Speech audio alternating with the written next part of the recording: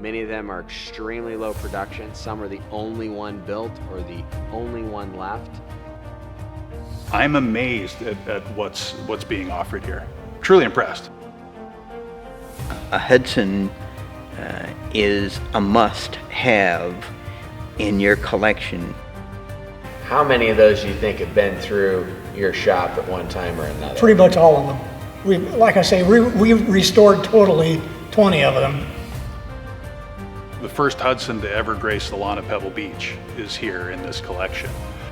Judges just went completely crazy for that car. They made the comment that they could look at a Packard or they could look at a Cadillac and they knew, you know, what equipment those cars had and what was normal for the car.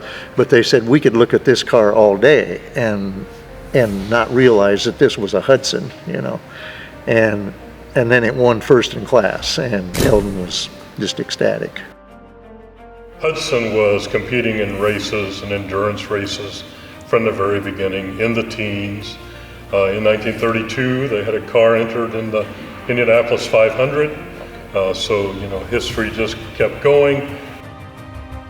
And what I'm most excited about for us at this auction, John, is to see who else now is going to have that passion, whether it's ignited or they already have it and it's shared.